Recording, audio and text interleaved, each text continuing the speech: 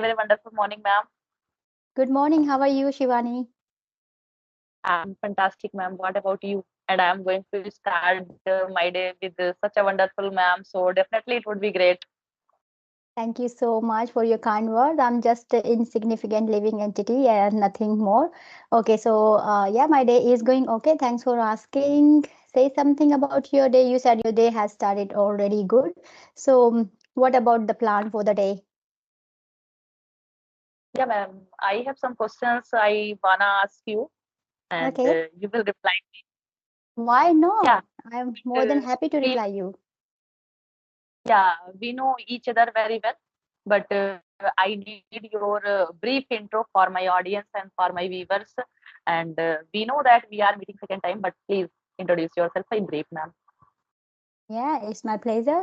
So, as you already know, my name is Hema. I was born and raised in India. Basically, I am from Uttarakhand, but after getting married, I came to Australia. Therefore, I've been living in Australia for the last 16 years. My qualifications include a post graduation degree in Hindi honors, which I had done in India from Delhi University. I am also holding a bachelor degree in education, which I had done in Australia. Therefore, I have been working as a teacher in Australia for the last 10 years. So, by profession, I'm a teacher. Besides, I have a channel on YouTube which is called The Art of Speaking English, and that's all about me. Wow, that's really great, ma'am, that Indian teacher and Australian teacher are going to interact to each other, and we are going to distribute our knowledge because you teach That there and you have different type of experience, right? you said rightly because we both are teachers, so we can brainstorm some ideas regarding learning and teaching. So, it's gonna be a very productive session. Yeah, ma'am. Sure. Okay, ma'am, but first I would like Okay. to give one compliment that you are looking so pretty and you are looking so lovely and your voice is very melodious and you are really means. Thank you so much for your compliment. But I believe you are cute, you are beautiful, you are nice. That's why everyone you see, it looks nice to you. So thank you so much for your kind words. I really appreciate that. Yeah, okay, thank you, ma'am. Okay, ma'am, I wanna ask that you are in Australia. So, Mhm. our festival, as you used to live in Uttarakhand, so our festival as Diwali is approaching and Karwa Chauth is on the corner. So, these festivals are celebrated in Australia, and do you follow these festivals or not? Yes, I religiously follow this festival because these festivals are our culture, and I really want to make sure that I keep my culture because I am not in my country, I am overseas, and if I forget my culture, that way I won't be able to give my culture to my children. Yeah, so I want to see my children to follow my religion, my culture, my tradition. So if I don't follow, how can I tell them to follow? Because children, they have small ear, big eyes, so whatever they see they learn easily. And you know, as a being teacher, you know that if we tell children to do study and behave in certain way, they don't follow us. But when we start role modeling, when we just do that behavior in front of children, they learn very immediately. They are very curious to learn, and whatever they see, because they use their senses to learn. And eyes are very strong. If they want to learn something, they see, okay, my parents are doing this, my teachers are doing this, so I have to follow this. This is our culture, this is the way we celebrate that. And by demonstrating, by praising, I praise them, because whenever they follow the culture, I praise, yeah, you're doing good job, this is really good, this is our culture, this is the way we have to follow our culture, this is the way we have to celebrate our culture. So yeah, I celebrate Karwa Chauth and we celebrate Diwali. Not even one time I'm going to celebrate Diwali. I'm going to celebrate Diwali a lot of times, because sometimes we have different communities here. So I'm going to go twice with my colleagues. We are going to go on cruise, and one time we're going to go, I think, 19th of October, and 9th November I'm going with my all other colleagues, one of the restaurants, and then with my community I'm going to celebrate with them. This festival is celebrated in all over Australia, and people know about this, or you are from Indian and you live there, that's why you are following. All other people they know about this festival because we do celebrate in very big way, enormous way, because we celebrate, we have stalls, we celebrate outside, not even at home. At home we celebrate personally, yeah, but when we have stall outside where we invite all the Australians to come and celebrate this festival with us, because we invite them to have henna, face painting, and Bhagavad Gita card reading, food stalls, Indian food stalls, and lightning, and all other things we do celebrate with them. Okay, this is the festival. This festival is celebrated by Indians, and Karwa Chauth as well. Because some of my colleagues they were asking yesterday, okay, this is the festival. Karwa Chauth means you take festival for husband. This is not fair. I say that is all right. This is our custom, and we follow this. Yeah. So you will keep fast on Karwa Chauth. So how do you celebrate Karwa Yeah. Chauth, ma'am? Because this is a very famous festival of India, and especially for the female, and all the women are fascinated to have this festival. It is very daunting task for me. Don't really ask. Not just because I cannot drink water, because when I get up in the morning, yes, that's all. And with henna and all those things, because we don't have public holiday on that day. When I go to the work, it's like daunting because I feel like hungry and thirsty, but I cannot do that. I can't take rest because it's my working day. If I take public holiday, sorry, off day, that way they will get to know, okay, this is her fast and she's taking off specially for this day. And we have other Indians colleagues as well. If we all take off, what will happen to the school? And moreover, when I take fast, the daunting task is to see the moon, because I am in Australia and moon comes here after 11 p.m. Oh ka, my God. and not really, this is the latest one. Usually it comes 2 a.m. or 1 a.m., or sometimes I have seen by 3 a.m. So by that time I have to be hungry. So I cannot eat and drink anything. And sometimes it is not visible because of the cloud, because of the, we have different weather here. In India, it is, I think, still summertime is merging to winter. But here we have winter time and raining time. So especially on that day, we have rainy day. So it is very hard to see, but yes, somehow sometimes what I do, I just see the photo of the Lord Shiv, God Shiv, and I just see the moon there. Someone told me you can open your fast like that, so I follow this. That is the only way I do it. But yes, still is going okay. At least I am taking fast, and it depend on God mercy, and I am just doing with the full faith and yeah. Okay, that's great. Ma'am, what is time there right now? Right now it is 5:20 p.m. 5:20 p.m. means it is going to be dark. It's going to be dark, but because summer is coming and it's springtime here, and because we have changed the time, so it is still I can see it's like very very late afternoon, and we get dark by 8 p.m. Here is 11:45 a.m. And what is the condition of weather there, ma'am? Yeah, as I told you, springtime here, so weather is fine today. It is a sunny day. Usually we don't have sunny day, but today is a sunny day, and yeah, wind is not blowing like usually it blow, and everything is stable. People they like to go out, and it's getting a little bit warm, but next day is gonna be cold. So we cannot predict the Melbourne weather, but now it is very pleasant, very nice. I love it. I love this weather. That's wonderful, ma'am. Ma'am, what is your favorite festival?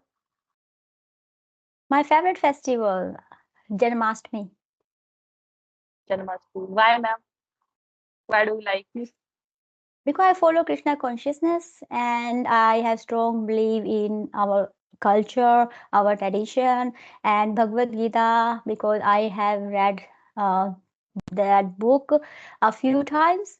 So I know some of the shlokas and I am following those shlokas in my life. I'm implementing those um, guidance in my life. So that way I am able to cope well with the difficulties coming in front of me, and I'm still very calm and composed whenever something comes, and people they usually ask me, well, how come you are so calm and composed and we are facing this same problem, and it is very hard for us to cope.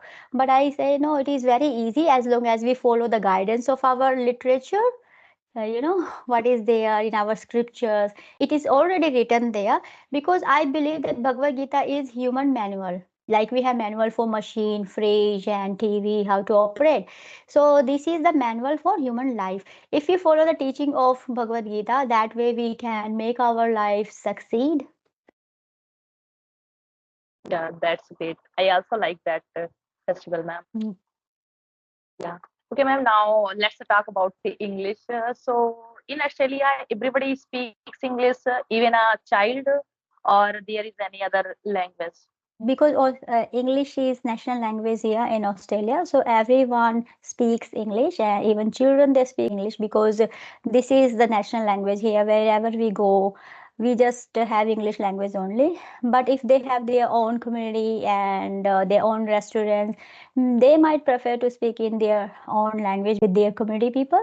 But usually with other people, we just speak English, because without English we cannot survive here, because people they come across the world here and they have their culture, they have different languages. Like my language is different, my culture is different, they also celebrate their festival, they also celebrate their culture. And if I don't know English, I won't be able to communicate well. So that way it would be very hard. So English is a must here. If we are in Australia, we need to make sure that we are well versed with English language. Okay. Ma'am, when you shifted Australia from India first time, so that time you had good knowledge of English for conversation to each other or for talking to each other or not? And if not, then you had to face a lot of problems while settling your life in Australia. So what was condition?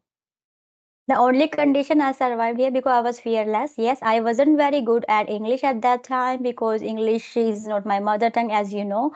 I used to speak only Hindi, and I had done my post graduation in Hindi honors. So it was a very daunting task for me. But when my husband he was planning to come here, he asked me to pass an IELTS exam, and I did. I passed that exam somehow, but still I wasn't confident. But it was in my mind somewhere, okay, I passed that exam, so I might be okay. Very first time when I went with my husband to a bank, and over there one of the girls, she said, how are you? I said, how are you? I was looking at my husband's face, and my husband said, she's asking you, how are you? I say, okay. And I thought, oh my goodness, I don't know. I'm not able to understand them. How can I communicate with them? It would be very hard for me. So I developed my listening skills, because they have different accent, different phrases, and they use their, the accent is different, and they speak really, really fast. They tend to eat some of the words. They say, how are you? She will not say, And how are you? you you also got now their fastness because you are also speaking so fast. I try to be slow, really, but if you see me talking with them, you will be very surprised. So, yes, I am trying to do my best. I don't want to be fast. I know it is very hard for the people to understand me.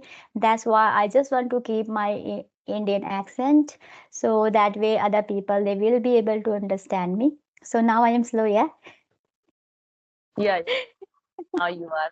Now I am And slow. Yeah, so what? yeah, at that time I faced lots of problem, because I wasn't able to understand even them, because my listening was very poor. So I worked on my listening. I used to listen to them very attentively, mindfully. I used to listen them, and then I also practice some of their slangs, their phrases, the words they pronounce, the way they pronounce, and then I practiced a lot. And later I realized, okay, at least I'm able to communicate with them.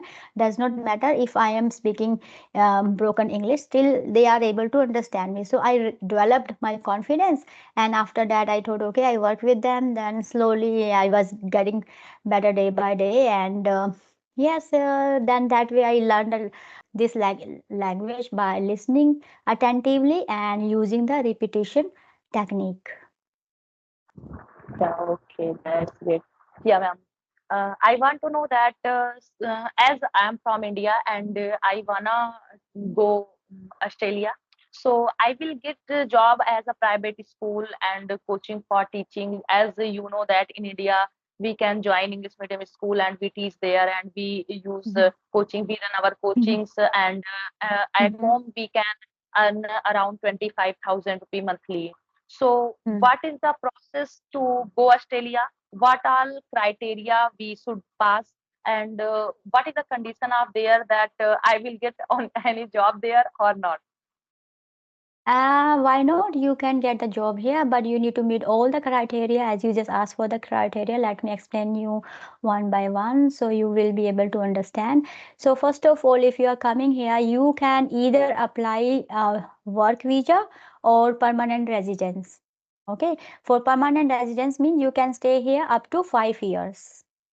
Okay, so if you're applying as a work visa or permanent visa based of your work experience, so you need to show okay you have that much experience, minimum 2 years of experience in your field.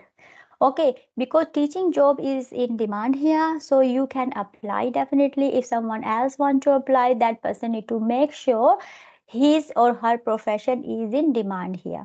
Okay, then you can go to a migrant agent and say, okay, I want to apply for Australia. Just see my documents are appropriate, they are meeting the rule and regulations, and that person will be able to guide you better.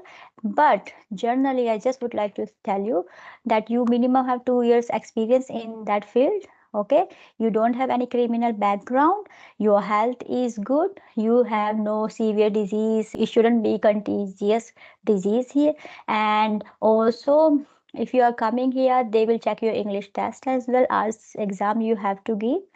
Okay, so if you pass that exam, English criteria you will meet, and work criteria if you meet, if your work is in demand and you have more than 2 years experience, surely you can apply if you don't have any criminal background. And if everything, yeah, that's all. They will check little bit your bank balance, not really, because you will be here for working, not for just studying. And you need to apply through one of the universities here. If that university accepts your application, then you can go to the migrant agent and that way you can come. But if you are applying as a work visa, yes, I criteria as I told you, you need to meet all those criteria and then you will be able to come here. So, Yeah. wow, that's great, ma'am. I'm very happy to see you that you are a teacher there and you are earning a good amount of money. And you, I think you changed your future totally because you went from Yes. there, then you adjust yourself, and now you are a perfect teacher and you look like as Australian, that you don't look like as you are Indian. And but that is really very unique. Glad to see Thank you. you. I Thank you. We have to say bye to each other because video is going really long. Okay, ma'am. Yes, Now yes. we wrap up this session, and Yes. next session we will continue. Right? Next session, we will catch up and we continue our talking. Thank you so much. Bye, Shivani. Take care. Okay.